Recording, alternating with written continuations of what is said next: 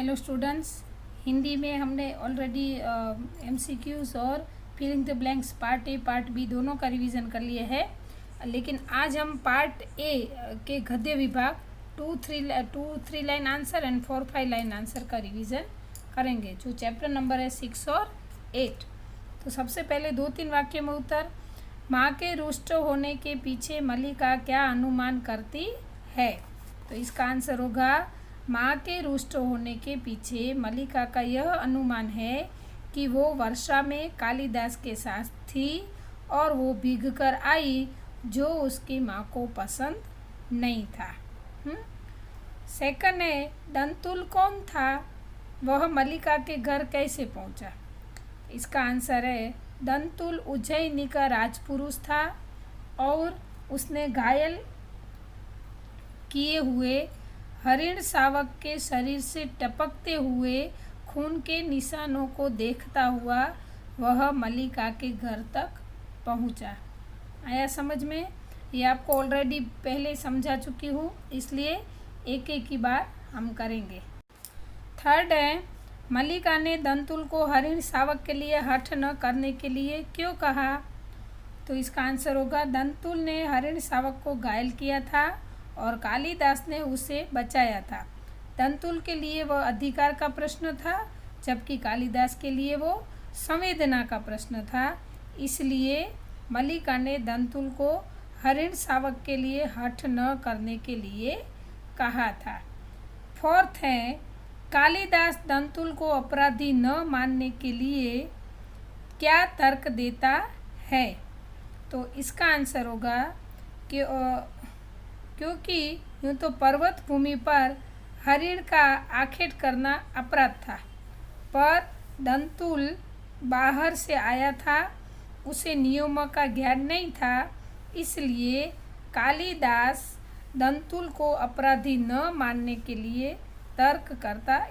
क्या तर्क करता है कि पूर्व भूमि पर हरिण का आखेट करना अपराध था, पर दंत बाहर से आया था और उसको नियमों का ज्ञान नहीं था, इसलिए। फिर फिफ्थ है, जो इसमें पिक्चर नहीं है पर मैं आपको ऑरली समझा देती हूँ। उज्जैनी नगरी की राजसभा कवि कालिदास का सम्मान किस तरह करना चाहती है? तो इसका आंसर होगा, राजकवि का पद देकर।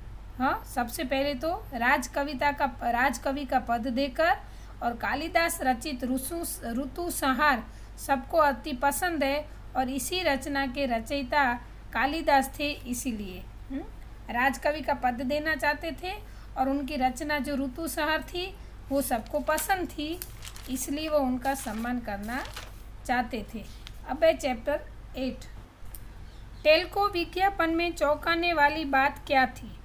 सुधा ने जो विज्ञापन संस्थान के नोटिस बोर्ड पे पढ़ा था कि टेल्को कंपनी में जो ऑटोमोबाइल कंपनी थी उसमें परिश्रमी इंजीनियरों की ज़रूरत थी, पर नीचे लिखा था कि महिला यानी कि स्त्री उम्मीदवार आवेदन न भेजे। तो कंपनी के विज्ञापन में यह बात चौंकाने वाली थी। सेकंड है, सुधा ने स्त्री पुरुष के भेदभाव के लिए क्या निश्चय किया? इसका आंसर होगा, सुधा ने विज्ञापन में पढ़ा था कि महिला उम्मीदवार आवेदन ना भेजे, तभी उन्होंने ठान लिया कि इस बात के लिए वो कंपनी के सर्वोच्च अधिकारी को सूचित करेगी कि उनकी कंपनी अन्याय कर रही है। आया समझ में? अब हम करेंगे थर्ड। सुधा और नारायण मूर्ति ने इन्फोसिस फाउंडेशन द्वारा क्या क्या कार्य किए? तो सुधा और नारायण मूर्ति ने इन्फोसिस फाउंडेशन द्वारा सामाजिक विकास, समाज सुधार तथा राहत कार्य के अनेक कार्य किए। उन्होंने सरकारी स्कूलों में एक कंप्यूटर और लाइब्रेरी योजना को कार्यरूप किया, अनेक अस्पतालों को चिकित्सा उपकरण उपलब्ध कराए, अनेक शहरों में चिकित्सा सहायता दी और राहत कार्य करवाए, अनेक गांवों में कंप्यूटर वितरण किए, स्कूली इमारतें बनवाई और छात्रों को छात्रवृत्तियाँ यानी कि स्कॉलरशिप दी। वापस से थोड़ा रिपीट करती हूँ। सुधा और नारायण मूर्ति ने इन्फोसिस फाउंडेशन द्वारा सामाजिक विकास, समाज सुधार तथा राहत कार्य के लिए अनेक कार्य किए। उन्होंने सरकारी स्कूलों में एक एक कंप्यूटर दिलवाया और लाइब्रेरी योजना को कार्यरूप किया। अनेक अस्पतालों को चिकित्सा उपकरण उपलब्ध कराए। अनेक शहरों में चिकित्सा सहायता दी और राहत कार्य करवाए। अनेक गांवों में कंप्यूटर वितरित किए।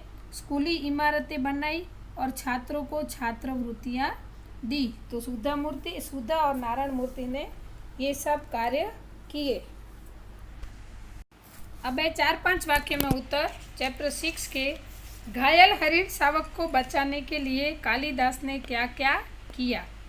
तो घायल हरिण शावक जब दौड़कर कालिदास की गोदी में आया तब कालिदास उसे अपने साथ ले गए।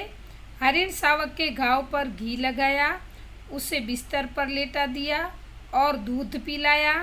इस प्रकार शावक की दंतुल से रक्षा करके कालिदास ने अपनी मानवता दिखाई।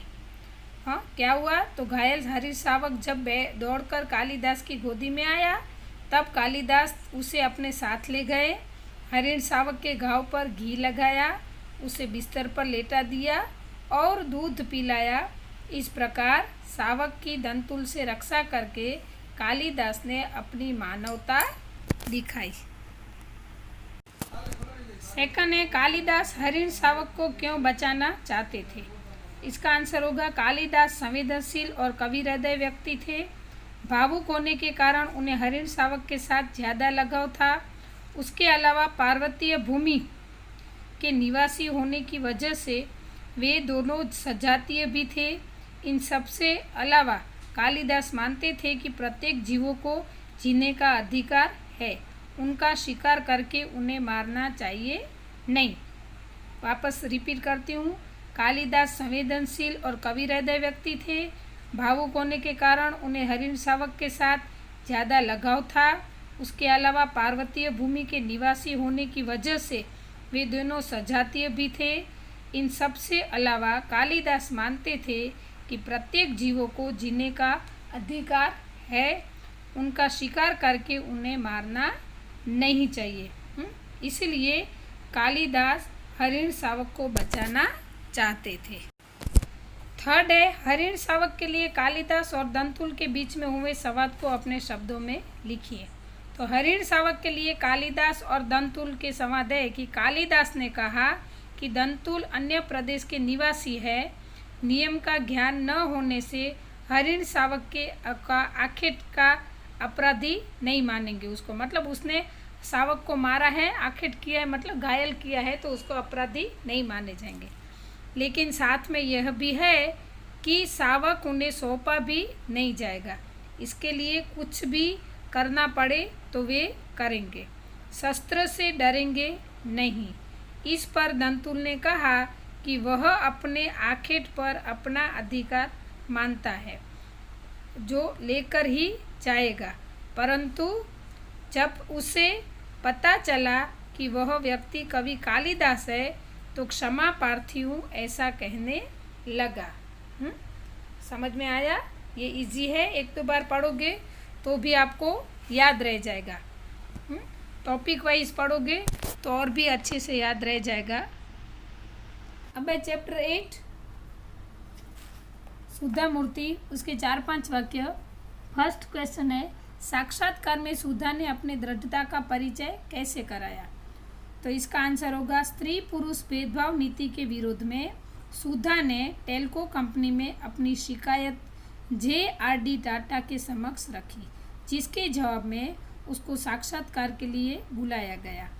अनेक प्रश्नों के बाद श्री टाटा ने उन्हें समझाया कि लड़कियों को अनुसंधानशालाओं में कार्य करना चाहिए, फैक्ट्री में नहीं।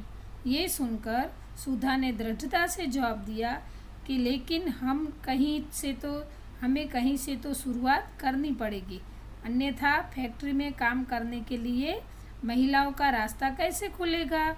और फिर उन्होंने स्वयं से ही इस कार्य की शुरुआत की और वे प्रथम महिला इंजीनियर बनी। आया समझ में? अब है नेक्स्ट क्वेश्चन, थर्ड क्वेश्चन। सुधा मूर्ति महिलाओं के लिए किस प्रकार प्रेरणा मूर्ति है। इसमें जो सेकंड है जो आपका क्वेश्चन है वो आपको अपने आप लिखना है। हाँ, तो सुधा मूर्ति महिलाओं के लिए प्रेरणा थी। उन्होंने स्त्री पुरुष के भेदभाव को मिटाया, स्त्रियों को सिखाया कि किसी भी अन्याय के सामने झुकना नहीं चाहिए। सुधा मूर्ति ने समाज सेवा एवं लेखन के द्वारा महिलाओं में जागृति लाने के लिए अथाग प्रयत्न किए, स्त्रियों के लिए हर क्षेत्र में जाने के रास्ते खोल दिए। उद्योगों में उन्होंने महिलाओं को काम करने की प्रेरणा दी। वे कहती कि महिलाओं के लिए रास्ता कठिन अवश्य है, लेकिन उनसे डरकर बैठना नहीं चाहिए। हाँ, थोड़ा वापस से फटाफट रिपीट कर देती हूँ। सुधा मूर्ति महिलाओं के लिए प्रेरणा थी। उन्होंने स्त्री पुरुष के भेदभाव को मिटाया, स्त्रियों को सिखाया कि किसी अन्याय के सामने झुकना नहीं चाहिए।